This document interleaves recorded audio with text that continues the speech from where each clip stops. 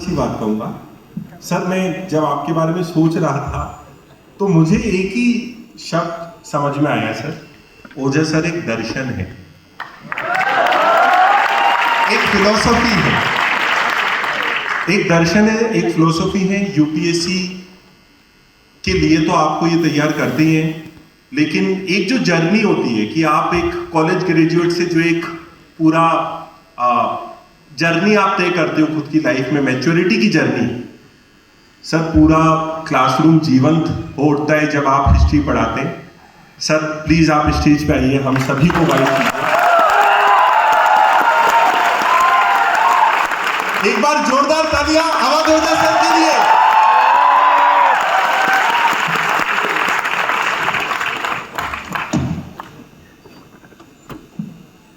Thank you.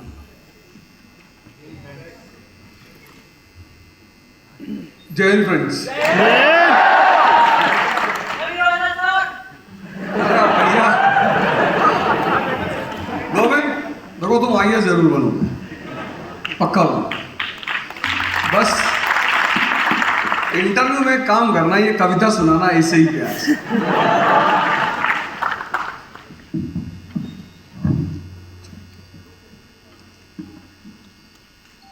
अब जिंदगी में जो प्यार से युद्ध करेगा खुशी से, वो राजा कहलाएगा, और जिससे जिंदगी युद्ध जबरदस्ती करवाएगी वो मजदूर है।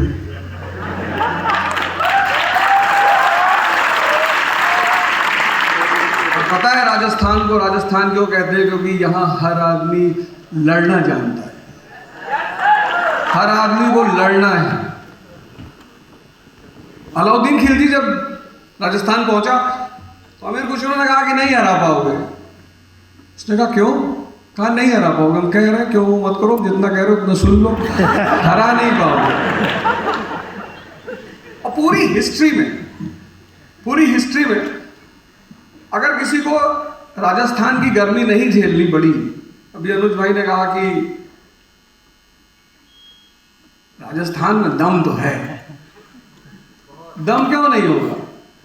जहां पुरुष तो लड़ना जानते हैं, स्त्रियां उनसे ज्यादा लड़ना जानती हैं।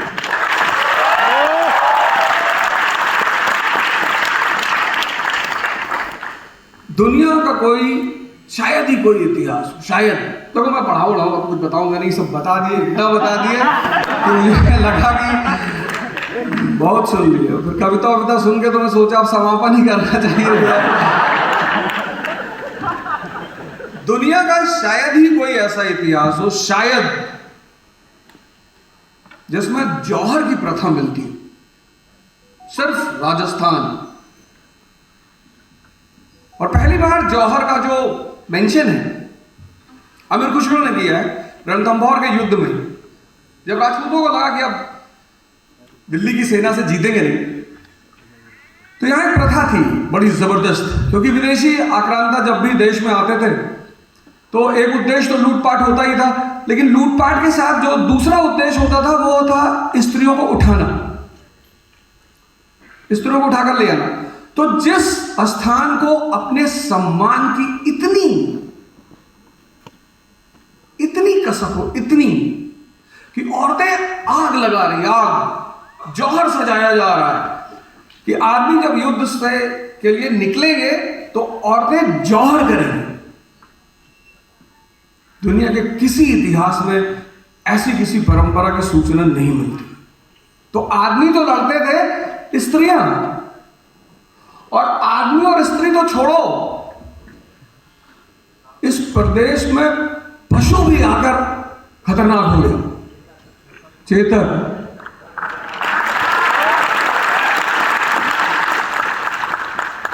इतना कि कभी वो उसके सम्मान में कविता लिखी।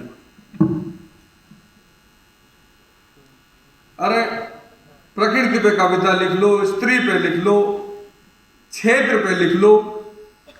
चेतक वीर रस का इतना प्रभाव,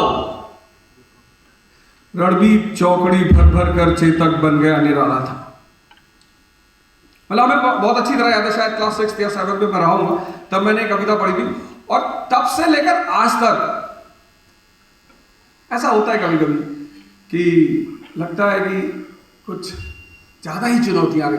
हारने का तो मैंने कभी सोचा ही नहीं, क्योंकि हम तो मिडिल क्लास के लोग हैं, कोई मुगल फैमिली से थोड़ा है जो हमारा राज चला जाएगा। हम राज बनाने आए हैं।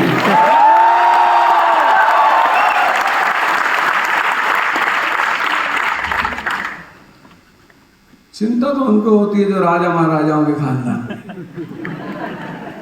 उनको अपने रजवाड़ों की चिंता है। चिंता है कि अगर 10,000 अवधूत जैसे लोग पैदा हो गए तो रजवाड़े चले जाएंगे। क्योंकि जब ये बात आदमी मन में बना ले कि छीनना ही है, लेकिन चुनौतियां छीनना ही है। बनाने में बहुत टाइम लगता है, छीनना है वो मतलब एक जीवन का प्रण है। उद्देश्य तो मैं नहीं कहूंगा। और राजस्थान में आ रहा था तो मेरा एक दोस्त कहा कि मोटिवेशन देने आ रहा।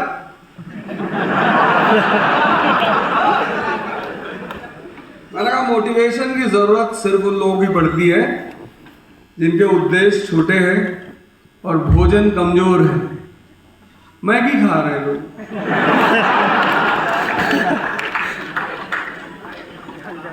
अरे बाजरा, वो 70 किलो का भाला मैगी खा के नहीं उठेगा।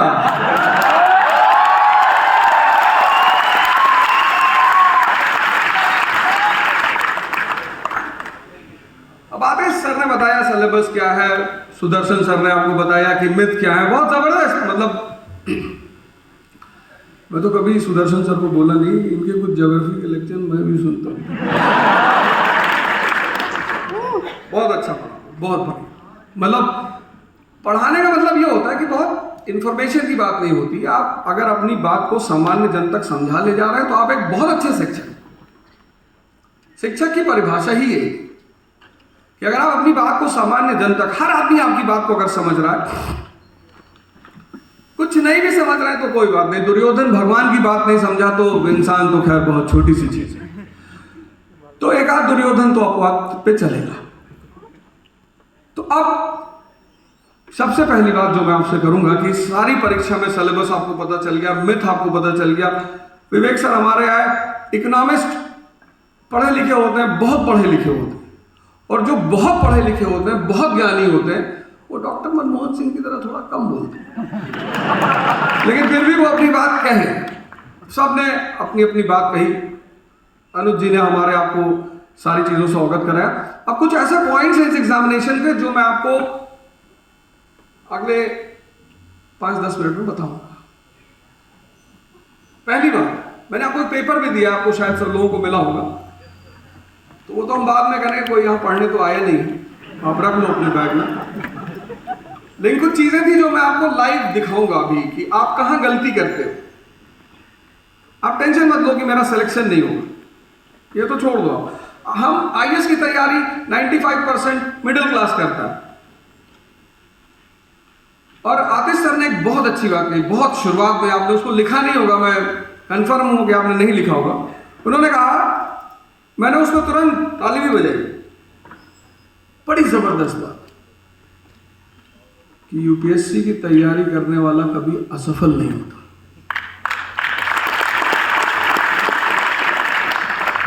क्यों नहीं होता? Economy, polity, geography, IR, ecology, environment, इसकी समझ पैदा हो जाती। समझ पानी है।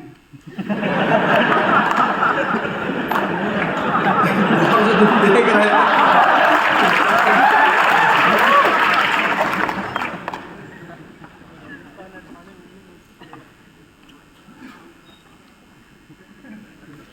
समझ बड़ा प्यारा वर्ड है ये, समझ। यूपीएससी की तैयारी अब तक आप पढ़ते आए हैं, एकेडमिक्स में आपने पढ़ाई की है, लेकिन यहां ये नहीं कहते आईएएस की पढ़ाई, ये शब्द नहीं है। आईएएस की तैयारी, प्रिपरेशन। और प्रिपरेशन का जो सबसे पहला पिलर है जो आपको डेवलप करना है, इवॉल्व करना है, पढ़ो तो आप बहुत दिए, आप पिछले 16-17 साल से पढ़ ही रहे हैं, तो फिर तैयारी में ऐसा क्या है जो आपको नया करना है, इवॉल्व करना है? किसकी? समझ की। अब ये समझ क्या है? दिल्ली की गद्दी पर जो भी बैठा उसकी लड़ाई राजस्थान से जरूर। क्यों? गुजरात जाना है, राजस्थान से गुजरात जाना है, क्योंकि गुजरात का जो कनेक्शन है वो सेंट्रल एशिया और वेस्ट एशिया से। आज भी अगर तुम देखो चाबार का जो पोर्ट है ईरान का, उससे आज से हमारे संबंध नहीं है, बहुत पुराने। बसरा इराक का पोर्ट है, बसरा, छाबार, ग्वादर और लोथल, ये 4 नाम सुने? बसरा कहाँ है? इराक में। छाबार कहाँ है? ईरान में। ग्वादर कहाँ है? पाकिस्तान में। और लोथल गुजरात। ये 4 पोर्ट पूरी दुनिया की इकोनॉमी संभालते थे, संभालते हैं और संभालते रहेंगे। पूरा वेस्ट और ईस्ट का ट्रेड इन 4 पोर्टों पे डिपेंड करता है, पूरा।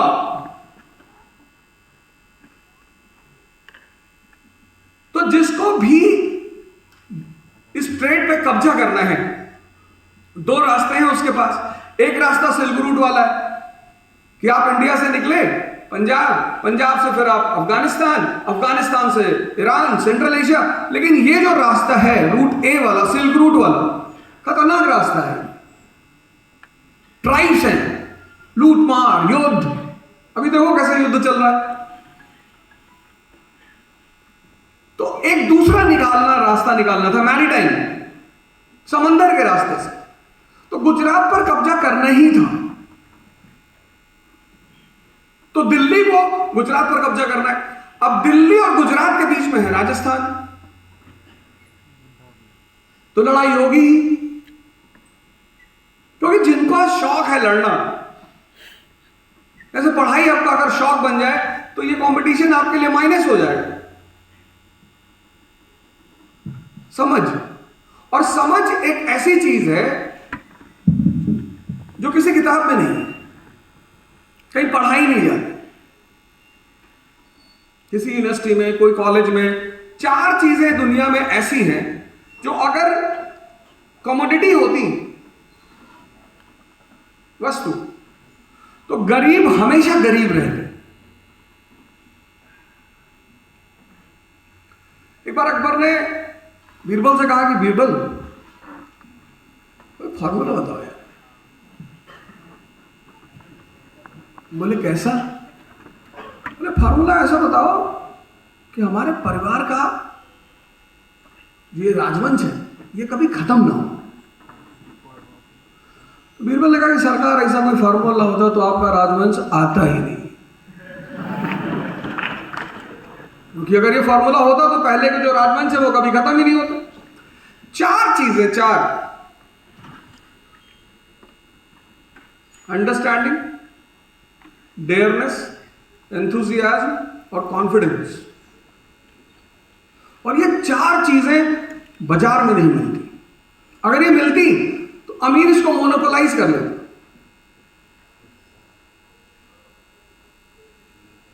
और जब मोनोपोलाइज कर लेता तो चंद्रगुप्त कभी सपना ही नहीं देख पाता सम्राट बनने का।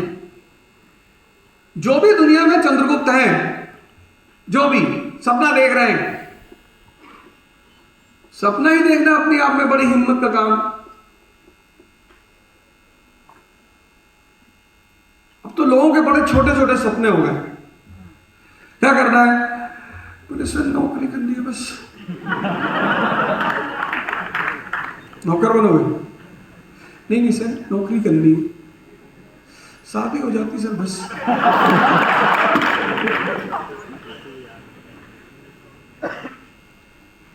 तो घरों में भी बचपन से ही बात कही जाती कि पढ़ोगे नहीं तो तुम्हारी शादी नहीं होगी और तुम्हारी नौकरी नहीं लगेगी।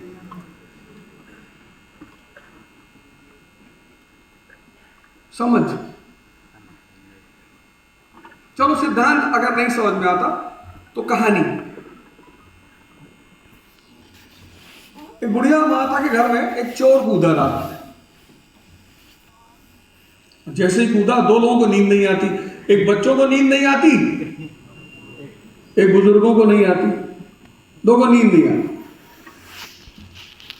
बच्चों को इसलिए नहीं आती कि पैदा की हो तो झेलो, और बुजुर्गों को इसलिए नहीं आती कि अब तो इंद्रियां बची नहीं, जब हमें कुछ नहीं मिल रहा तो तुम ही क्यों ले रहे हो।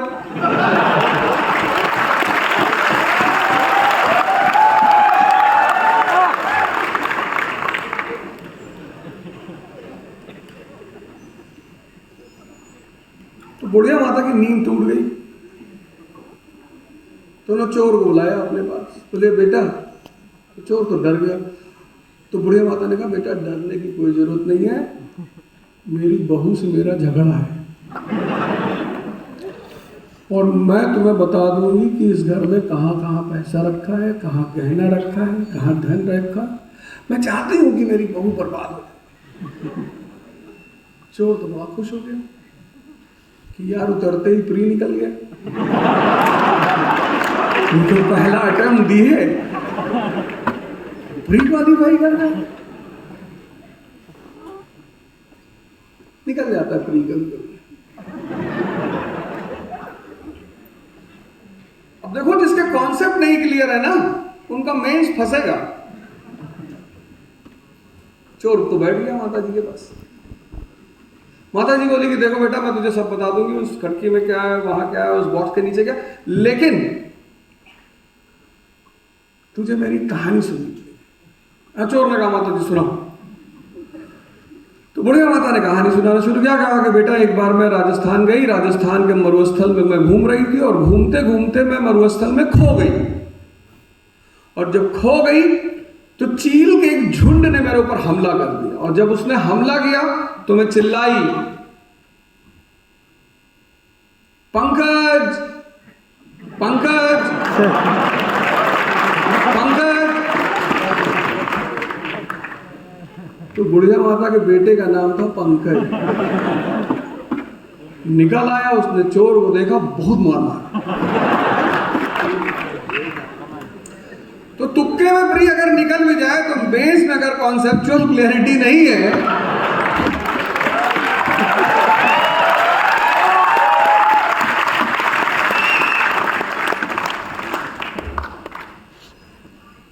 तो उसका लड़का कहा कि मैं अब तुझे पुलिस के हवाले करूंगा। तो उस बूढ़ी औरत ने कहा कि बेटा जाने दे, तूने इसे बहुत मारा है, जाने छोड़ जा।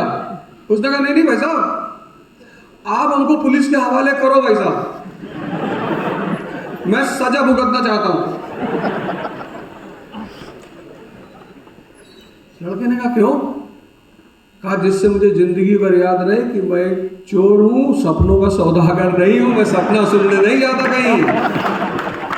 अब तुम तो इस कहानी को, ये भारत की बहुत बड़ी परंपरा रही, हम तो उलझ गए बहुत सारी कहानियों में।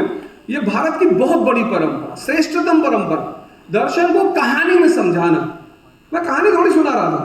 उस बूढ़ी माता को उस सिचुएशन से निपटने के लिए किसका इस्तेमाल करना पड़ा? समझ का। वो कोई न्यूटन का नियम थोड़ी था।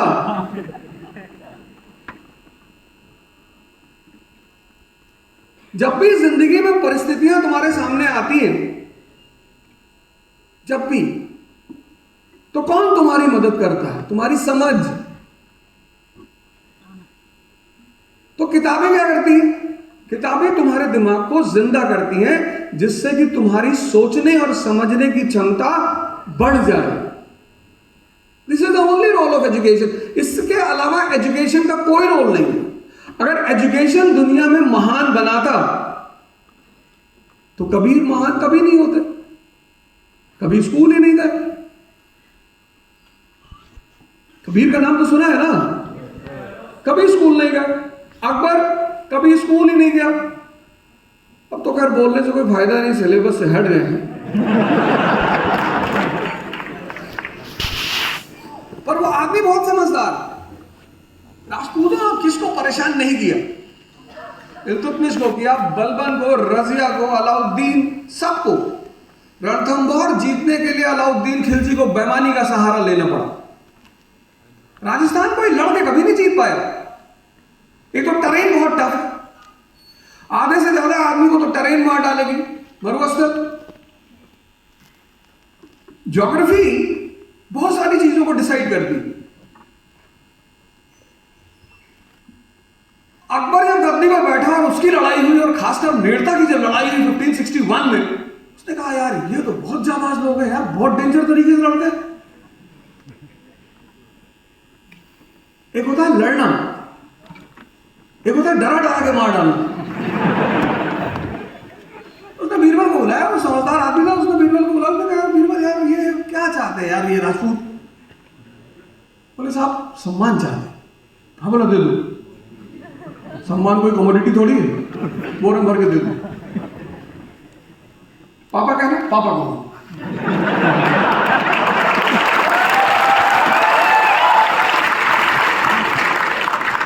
बोले साहब दूसरी की चीज क्या चाहिए?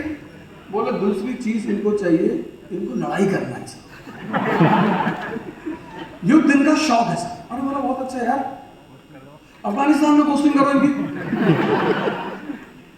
तो मान सिंह की पोस्टिंग हुई गवर्नर ऑफ काबुल। अब एक तरफ अफगानी, उसको भी लड़ने का शौक है, उसका भी टेरेन बहुत खतरनाक है, और एक तरफ राजपूत, इनको भी लड़ने का शौक है, और दोनों लड़ रहे हैं। और अकबर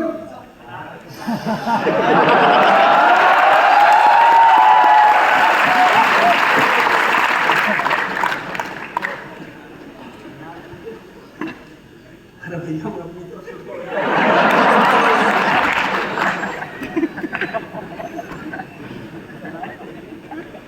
जब आप पढ़ेंगे, दिल्ली आएंगे, अन अकेडमी ज्वाइन करेंगे, तो हम आपकी जो प्रिपरेशन कराएंगे उसमें पहली चीज यही कराएंगे। पढ़ना तो आप कहीं भी पढ़ लें, पढ़ना क्या है, किताब लिया, उसमें से नोट्स बनाया, पढ़ा दिया। बस वो जो एवोल्यूशन ऑफ अंडरस्टैंडिंग है, वो पहला पिलर है आईएएस की प्रिपरेशन। हमने आपको पढ़ा के भेज दिया घर,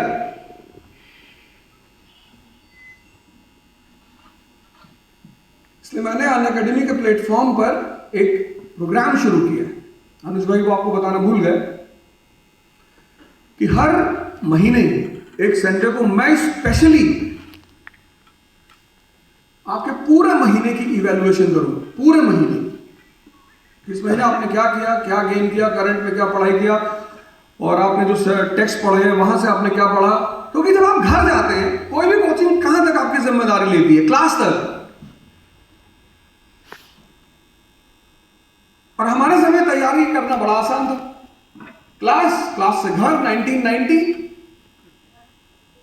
किताबों के सिवा कुछ होता नहीं था।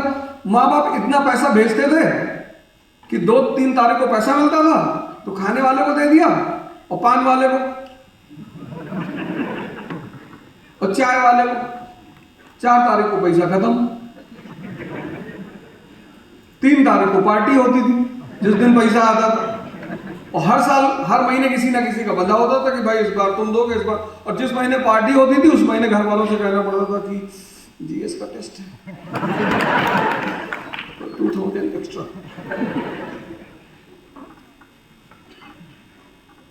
अरे अपने खर्चे में से कौन पार्टी देगा?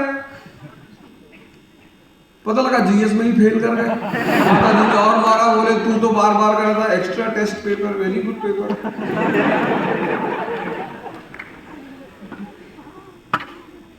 पहली बार जितने इंस्टीट्यूट्स हैं उनमें अन अकेडमी पहली बार यह काम करने जा रही है कि हर महीने एक बार आपको आपका रिपोर्ट कार्ड दिया जाएगा, जिससे आपको ये इवैल्यूएट होता रहे कि आपकी तैयारी सही डायरेक्शन में जा रही है या नहीं।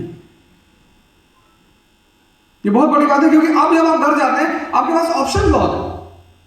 अगर मोबाइल, अब चूंकि अब आप मोबाइल पे क्यों इतना कंसंट्रेट करते हैं? कोई भी आदमी डिस्ट्रैक्ट कब होता है? मन का कुछ नेचर है। ऐसा आप गौर करो, अगर आप कहीं बैठे हो, मूवी देख रहे हो, किसी को सुन रहे हो, और आप कनेक्ट नहीं कर पा रहे, और मजबूरी है कि आप उठ भी नहीं पा रहे, कभी कभी आप कुछ कर रहे हो, किसी को सुनने गए हो, आपको कनेक्ट नहीं होता, समझने की बात नहीं होती, समझ तब आता है जब आदमी कनेक्ट करता है। और जो स्पीकर है आप उससे कनेक्ट नहीं हो पा रहे हो, तो जब कनेक्ट नहीं हो पा रहे हो तो आपको कुछ समझ में नहीं आ रहा है। अब आप क्या करोगे? अब ऊपर देखोगे, बगल वाले को उंगली कर दोगे, थोड़ा सा ताव में आ गए तो 4-5 लोग उठ के चले आओगे। तो आपका मन जहां नहीं लगेगा वहां वो काम आपको करने ही नहीं देगा। और लगेगा कब नहीं? जब वो कनेक्ट नहीं होगा। और कनेक्ट कब नहीं होगा? जब आप उस पर मनन नहीं करोगे। आपके इस मोबाइल ने आपके मनन करने की क्षमता को मारना शुरू कर दिया, आपको पता नहीं चल रहा है। आप क्लास वर्क तो कर रहे हो, बहुत अच्छा, आप होमवर्क नहीं कर पा रहे। तो प्रिपरेशन का जो सबसे पहला पॉइंट है जो आपको डेवलप करना है अगले 10 महीने में। कई लोग हमसे पूछते हैं कोचिंग क्यों जाए? मत जाओ। नहीं, क्यों जाए?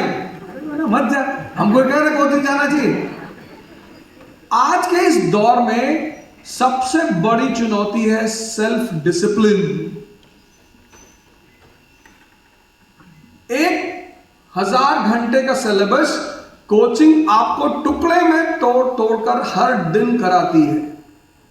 तो अगर आप क्लास वर्क, होमवर्क प्रॉपरली कर लो, आप में से 95% पता है क्या करते हो? आप होमवर्क नहीं करते हो क्योंकि आपको सोचना पड़ता है, पेन होता है यहां। आप आंख बंद करोगे, मिर्जापुर चल रहा है।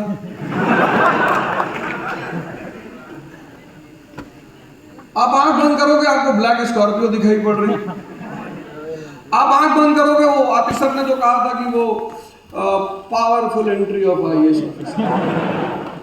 सर इनकी बहुत हालत खराब रहती है, वो फोटो वीडियो देख के इतना खुश होने की जरूरत नहीं, सरकार बड़ा प्रेशर बना के रखती है, ये बेचारे बड़े स्ट्रेस में रहते हैं, ऐसा लोग कहते हैं, मैं नहीं कह रहा हूं। आप किस चीज से बचना चाहते हो? मनन से, सोचने से। और ये जो समझ की डेवलपमेंट है ये मनन से ही आपका होमवर्क बहुत इंपॉर्टेंट है। ये जो अभी सुदर्शन सर ने आपको दिखाया था ना कि आप सोचते हो 3-4 साल लगता ही है क्योंकि आप एक छोटा सा वर्क नहीं करते। मनन, सोचना, करने को, घर जाके सीखना है आपको। तो पहली चीज आपको ये करनी, आईएएस की तैयारी में प्रिपरेशन शब्द का जो मतलब है वो है समझ का विकास, enhancing the understanding related to subjects. History क्यों पढ़ना है? पास्ट क्यों पढ़ना है? पढ़ना ही है। भारत क्या है? डाइवर्सिटी का देश है।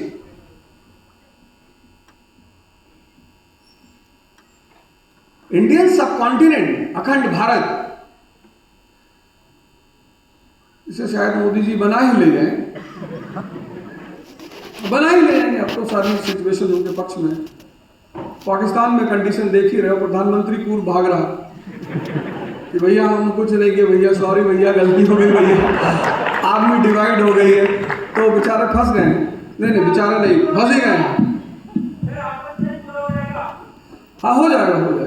तुम इतने दिन से पूजा कर रहे हो तो पूरा तो होना ही था। चलो कोई बात नहीं, जब तक होगा तब तक तुम्हारी अपॉइंटमेंट हो चुकी होगी, उस फाइल पे तुम भी दस्तखत करोगे, टेंशन मत लो। हाँ एकदम चलो, मैं तो बताऊंगा चुनाव कैसे लड़ना है।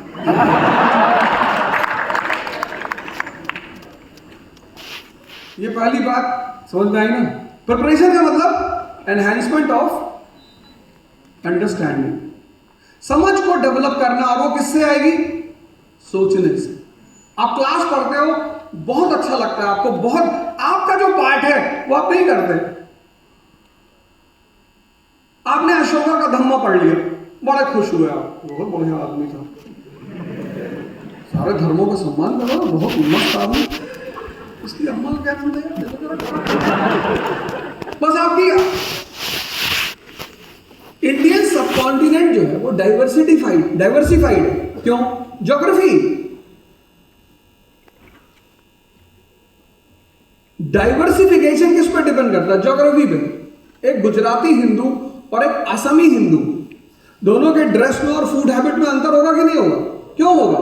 ज्योग्राफी। एक कश्मीरी मुसलमान और तमिलनाडु के मुसलमान के ड्रेस और फूड हैबिट में अंतर होगा कि नहीं होगा? होगा, ज्योग्राफी। तो ज्योग्राफी ने हमें डाइवर्सिफाइड कर रखा है, इकोनॉमी ने हमें इंटीग्रेट कर रखा है।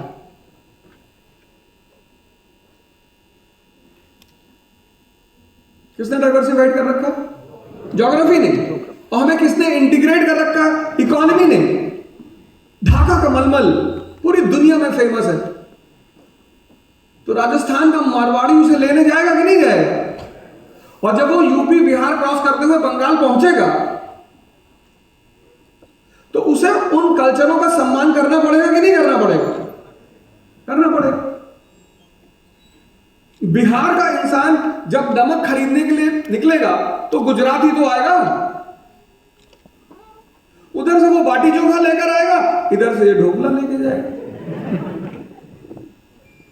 ये बात तब नेशन भी नहीं था। कितनी मजेदार बात है, तब नेशन भी नहीं है, राष्ट्र भी नहीं है, और ये बात अशोक को समझ में आती, इसीलिए तो वो राजा है।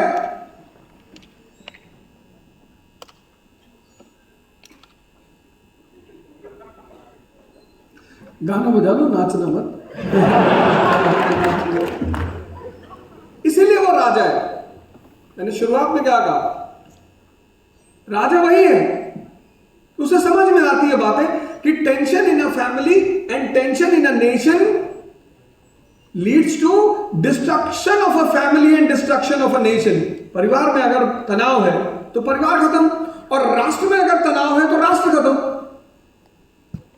तब वो पॉलिसी ऑफ धम्मा लेकर आ। जैसे आज हिंदू मुसलमान ईसाई इन लोगों के बीच में टेंशन है, वैसे ही उस वक्त बुद्धिस्ट जैन ब्राह्मण इनके बीच में टेंशन था। ये पहली आवश्यकता है, पहली समझ का विकास। आप कितना भी पढ़ लो, राजा भोज का नाम सुना ही हो, तो एक विद्वान उनके दरबार में आया, उसको 30 लैंग्वेजेस आती थी, 30 और उसने राजा भोज से कहा कि राजा साहब, मैं 30 भाषाएं जानता हूं और 30 भाषाओं पर मेरा कमांड है, और मेरा दावा है कि आपके दरबार में जितने भी विद्वान बैठे हैं ये बता नहीं पाएंगे कि मेरी मातृभाषा कौन सी है, मदर टंग। और इनमें से अगर किसी ने बता दिया तो मैं उसको 10,000 सोने की मुद्रा दूंगा। अब किसी घर में घुस के चैलेंज करो, अरे उसने कहा कैसी बातें करते हो, बिल्कुल बता देंगे। कहा महाराज अगर नहीं बता पाए तो राजा ने कहा कि मैं तुमको 1,00,000 स्वर्ण मुद्राएं दूंगा, 1,00,000 गोल्ड कॉइन। उसने कहा ठीक है। दूसरे दिन वो आया, उसने भाषाएं बोलनी शुरू की। राजा भोज का पहला विद्वान उठा, वो हार गया। वो बोल ही इतने कमांड से रहा था, इंग्लिश जर्मन फ्रेंच, इतनी कमांड। क्योंकि जब आप भाषा बोलते हो तो जो आपकी मदर टंग होती है, आपकी मदर टंग की एसेंट आपकी भाषा में आ जाती है। जैसे यूपी का आदमी इंग्लिश बोलेगा, कश्मीर का आदमी इंग्लिश बोलेगा, बिहार का आदमी इंग्लिश बोलेगा, राजस्थान का बोलेगा, तो उसकी जो नेटिव एसेंट है वो उसमें दिखाई पड़ेगी, आप तुरंत पकड़ लो। दूसरे दिन भी राजा का दूसरा विद्वान हार गया।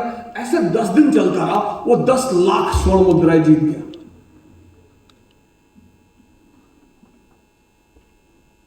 तो राजा साहब को लगा कि यार हम तो वैसे ही भीख मंगे हो जाएंगे, सारा तिजोरी का पैसा चला जाएगा, और इसकी चुनौती स्वीकार कर लिए हैं, बेइज्जती भी बहुत हो रही है। कालिदास को बुलाया,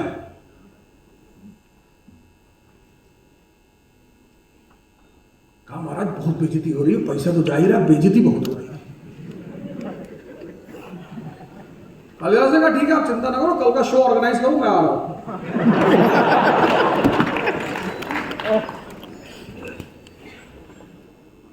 शो ऑर्गेनाइज 11th डे वाला भी विद्वान हार गया।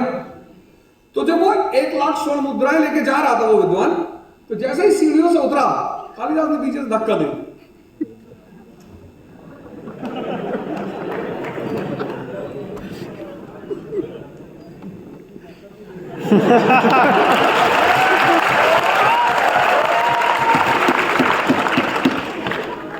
जब धक्का दे दिया, गिरा, सोने की मुद्राएं भी बिखर गई, और जैसे ही गिरा और सोने की मुद्रा बिखरी, वो पलटा और कालिदास को गाली देना शुरू कर दिया।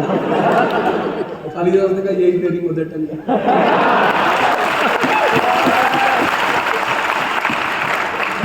क्योंकि जो मजा गाली देने का मदर टंग में है,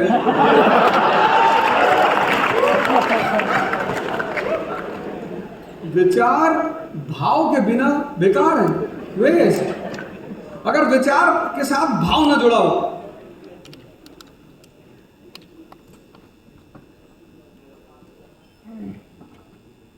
ये पहली बात लिख लो, मजा बहुत ले रहे हो, कि तैयारी का मतलब होता है समझ का विकास। और किसी को भी इस सेमिनार में लगता हो कि मेरी 2 साल से तैयारी है और मेरी समझ अच्छी हो चुकी है, वो कृपया करके अपना हाथ उठाए। अगर उनके माँ बाप यहां बैठे हैं तो वो ना उठाएं। लाइव भी चल रहा है, अगर घर पर हिंसा होने की संभावना है तो भी ना उठाएं, क्योंकि माँ बाप दुखी बहुत होते हैं कि इतना पैसा दे रहे, तुम जो है अच्छा वहीं तक माइक पहुंच रहा हूं। क्या ऑप्शनल है तुम्हारा? बहुत बढ़िया, बहुत अच्छा। दरवाजा ही बंद कर दिया क्वेश्चन पूछने का।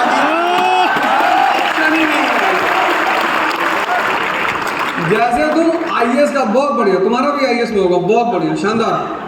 तुम्हें कोई आईएएस में निकाल ही नहीं सकता। तो तुम इंटरव्यू बोर्ड में गए, उसने पूछा तुम्हारा आइडियल कौन, तुमने कहा मेरे पापा। अब इंटरव्यू बोर्ड को तुम्हारे पापा के बारे में कुछ पता ही नहीं। अगर तुमने गलती से कह दिया राणा सांगा तो तुम्हें बताना पड़ेगा, 50 क्वेश्चन तो पूछेगा ही। तो ये बहुत अच्छे, ये अप्रोच इतना प्यारा होता है जिंदगी की, दरवाजा ही बंद कर दो, पूछते रहो जितना पूछना। चलो कोई बात नहीं, बहुत अच्छा, शानदार। हिस्ट्री से पूछ लो सर। हिस्ट्री से मैं अपने वेपन से किसी से नहीं लड़ता, सामने वाले का हथियार उसका होना चाहिए। तुम्हारा 10+2 किस सब्जेक्ट से था? सर मैं पीसीएस की तैयारी कर रहा हूँ सर। और अच्छी बात है, तुम पीएम बनने की तैयारी करो, तुम पीसीएस बनने की कहा जा रहे हो? जब लड़ ही रहे हो तो दिल्ली के लिए लड़ो, जब सपना ही देख रहे हो तो हॉलीवुड की किसी एक्ट्रेस से शादी करो।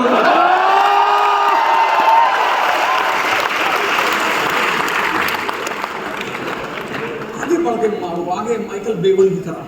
जिंदगी में कुछ हारना है ही नहीं, कुछ नहीं हारोगे। मैं आज यहाँ खड़ा हूँ, उसमें मेरे पिताजी का बहुत रोल है, क्योंकि बचपन से कुछ बातें उन्होंने मुझसे कही। उसमें से एक बात ये थी कि बेटा मैं राजा नहीं हूं और तुम राजपुत्र नहीं, तो तुम्हारे पास पूरी दुनिया पड़ी है जीतने के लिए, अब तुम्हारी औकात। तो ये बात शुरू में तो मुझे समझ में नहीं आती थी। हम सोचते थे यार जब देखो तो ये आदमी टॉर्चर करता है, जब देखो तो ऐसा कहता। लेकिन अब मुझे लगता है कि कितनी बड़ी फील्ड खोल दी उन्होंने मेरे लिए, कि तुम्हारी क्षमता हो तो कुछ भी कर। माँ बाप का बहुत रोल होता है जीवन में, बहुत। जितने माँ बापों ने अपने बच्चों को बचपन में डराया खाना खाने के लिए, खा लो नहीं तो बाबा पकड़ ले, बाबा क्या भाव में कहा पकड़ ले, बाबा को डाल घुमा देंगे, बाबा कहाँ लेके जाएगा, ऐसे नहीं खाना हमको, हम खाना ना खाए बाबा उठा ले जाए। इतनी होगा बाबा की, मतलब हमें बाबा से डर लगे और बाबा को हमसे ना लगे, बाबा को भी तो लगना चाहिए। तुम्हारा 10+2 किस सब्जेक्ट से? Mathematics sir. तुमको पता है मैंने मैथमेटिक्स पढ़ी नहीं सर, हिस्ट्री में रुचि है मेरी। कोई बात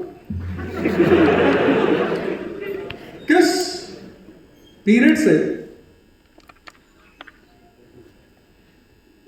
एस्ट्रोलॉजी को मैथमेटिक्स से अलग कर दिया गया।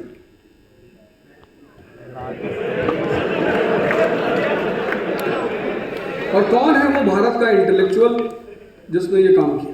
सवाई जय सिंह। गलत।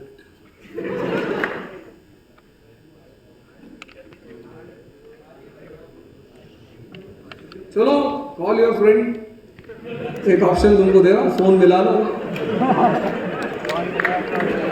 एक मौका तुमको और दे रहा हूं, क्योंकि तुम इतना हिम्मत का काम किया, इतनी भीड़ में खड़े हो, इस हिम्मत को बरकरार रखना हमेशा। भीड़ों में अक्सर लोग खड़ा नहीं होते, इतनी भीड़ में मैं तुमको दावा कर दूं कि 80% लोग खड़े ही नहीं होंगे, डर गए, बेइज्जती हो जाएगी। अबे बिल क्लिंटन की फैमिली से नहीं, फिर कहां बेइज्जती हो जाएगी? सन्यासी, स्टूडेंट और भिखारी, इनकी इज्जत होती नहीं है। अगर भिखारी मांगने जाए और कहे हम अकबर के परिवार से हैं, बहुत मारे डंडा निकाल के लोग, तुम ही लोग लूटे थे, भाजपा वाले बता रहे हैं कि तुम ही लोग लूटे थे हमारे देश को। ऐसा कहा जाता है। मैं तो ये सब चीज में राजनीति को बहुत दूर रहता हूँ, भगवान मुझे इन सब चीजों से दूर रखे, लेकिन तुम फोन कर सकते हो। दूसरी बात, दूसरा सवाल, जीरो का क्या इंपॉर्टेंस है मैथमेटिक्स में? सर सारी जो गणनाएं हैं वो जीरो पे टिकी हुई है। कैलकुलेशन की बेस है जीरो, जीरो के बिना कोई कैलकुलेशन नहीं होगी। और सर जीरो का दर्शन में भी बहुत बड़ा योगदान है। दर्शन वाला सुनना ही नहीं, तुम्हारा सब्जेक्ट मैथमेटिक्स है। सर मैंने कॉलेज में सब्जेक्ट चेंज करके आर्ट्स ले लिया था।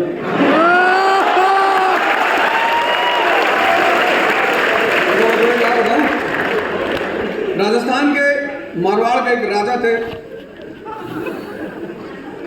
अजीत सिंह। सोन सिंह। अजीत सिंह। अजीत सिंह के पिताजी का नाम पता है? मारवाड़ वाले अजीत सिंह, जसवंत सिंह जी। जसवंत सिंह। तो जसवंत सिंह जी धर्मत के युद्ध में वापस चले आए। उनकी रानी ने उनसे मिलने से इनकार कर दिया था। तुम वही गलती कर रहे हो, अब तुम कह रहे हो मैंने ऑप्शन चेंज कर दिया, मैं ये बगल वाला मुझसे कह रहा था तुम मैं तो बोल मैं तो। अब जब कूद ही गए तो लड़ेंगे। तो मुझसे एक चीज सीखो, देखो इस दुनिया में कोई आदमी ओमनिसिएंट नहीं है, ठीक है? तुम भी अगर मुझसे 4 सवाल पूछो तो मैं भी नहीं बताऊं। तुम्हें मुझसे इन घटनाओं से क्या सीखना है कि जब तुम्हें मौका मिले बॉल डालने का, तो ऐसी बॉल डालो जिससे सामने वाला तुम्हें पस्त ना कर पाए। मैंने हिस्ट्री से तुमसे क्वेश्चन नहीं पूछा, मैं हिस्ट्री पढ़ाता हूं, मैंने तुमसे हिस्ट्री से क्वेश्चन नहीं पूछे, तुमने कहा मैथ्स। जब भी कल तुम इंटरव्यू, इस घटना से तुम ये सीखना, कल तुम्हारे साथ ये चीज इंटरव्यू में भी हो सकती है। कल ये चीज तुम्हारे साथ इंटरव्यू में होगी कि जब भी सामने वाला तुम्हारे सामने बॉल डालने का मौका दे, तुम वो बॉल डालो जिसमें तुम्हें कमांड है।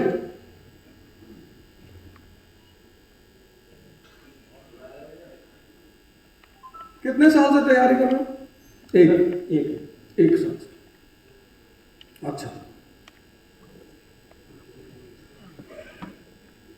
जब ये देश आजाद हुआ तो हमारी फॉरेन पॉलिसी का एक बहुत बड़ा हिस्सा था पंचशील। क्यों? आराम से बताओ, रिलैक्स। मैं वो पूछ रहा हूं कि तुम 1 साल पढ़े तो तुम क्या समझे। मैं तुम्हारा नॉलेज नहीं चेक कर रहा हूं, नॉलेज में बता रहा हूं।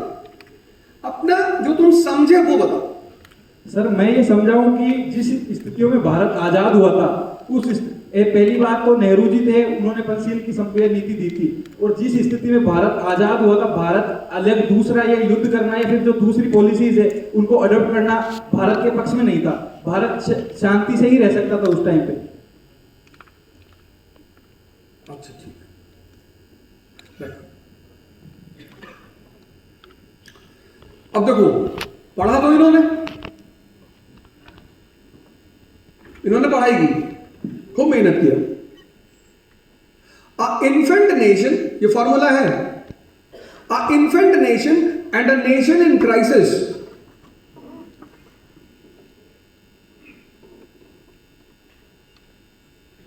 मतलब जो देश पैदा हुआ है जस्ट, और जो देश संकट में है, रिक्वायर्स पीस एंड स्टेबिलिटी। क्यों? ग्रोथ एंड डेवलपमेंट के लिए। इन्फेंट नेशन मतलब जो देश पैदा हुआ, जैसे 1947 में हम पैदा हुए, जो बच्चा पैदा हुआ है वो किसी से लड़ सकता है? नहीं। Infant nation and a nation in crisis requires peace and stability.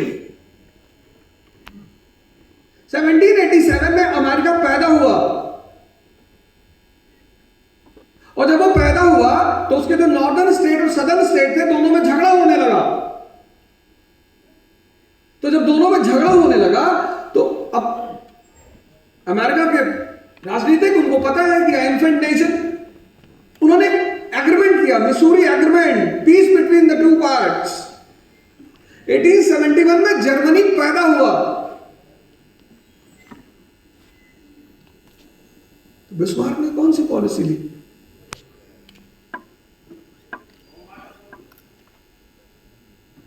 (1871) से लेकर 1870 से 1890 बिस्मार्क क्या कर रहा है? Peace with Europe. 1799 में नेपोलियन पावर में आ रहा है, समझौता कर रहा है ब्रिटेन से, treaty of Amiens, peaceful. Treaty of Tilsit, peaceful समझौता रशिया से कर रहा है।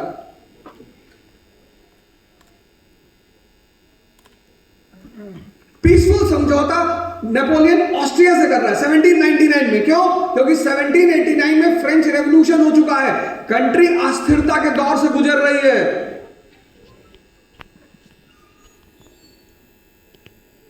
Infant nation and a nation in crisis requires peace and stability for its growth and development। ये बात पाकिस्तान को समझ में नहीं है। 1947 में पैदा हुआ, 48 में पहला वॉर,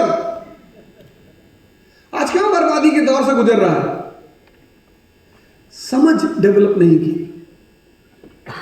इसलिए नेहरू जी ने पंचशील अडॉप्ट किया, क्योंकि हम पैदा हुए थे, हमारी पहली प्रायोरिटी क्या थी? Growth and development. Growth and development के लिए क्या चाहिए? Peace and stability. इसलिए पढ़ो। तुम अगर होमवर्क, मैं मौका दूं, तुम अगर होमवर्क नहीं करोगे, तुमको दुनिया की कोई भी कोचिंग आईएएस नहीं बना पाएगी। तुम्हें करना है, तुम्हारा रथ कोई भी चला दे, बाण तो तुम ही चलाओ, लड़ोगे तो तुम ही।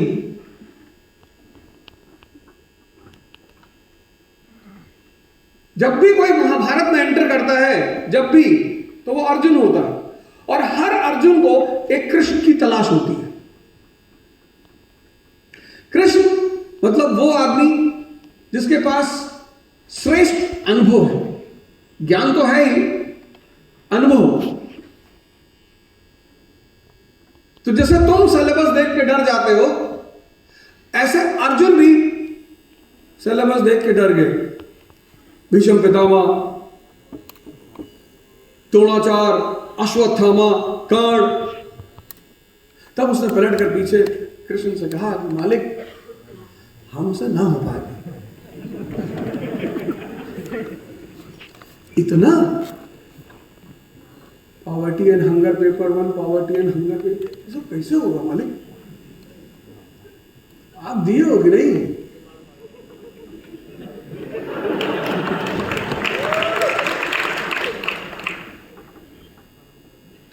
तो कृष्ण की चिंता मत करो, मैं ये सब, तुम टेंशन, क्या टेंशन? और आपका तो ट्रैक रिकॉर्ड, आप कब क्या करोगे किसी को नहीं पता। जरासंध ने दौड़ा लिया, आप तो निकल गए। बोले यार तुम उल्टी सीधी बातें मत करो, तुम बैठो, बताएंगे पेपर हम कैसे तैयार करना है। भीष्म पितामह के सामने शिखंडी को खड़ा कर दो, बस ये है कोच।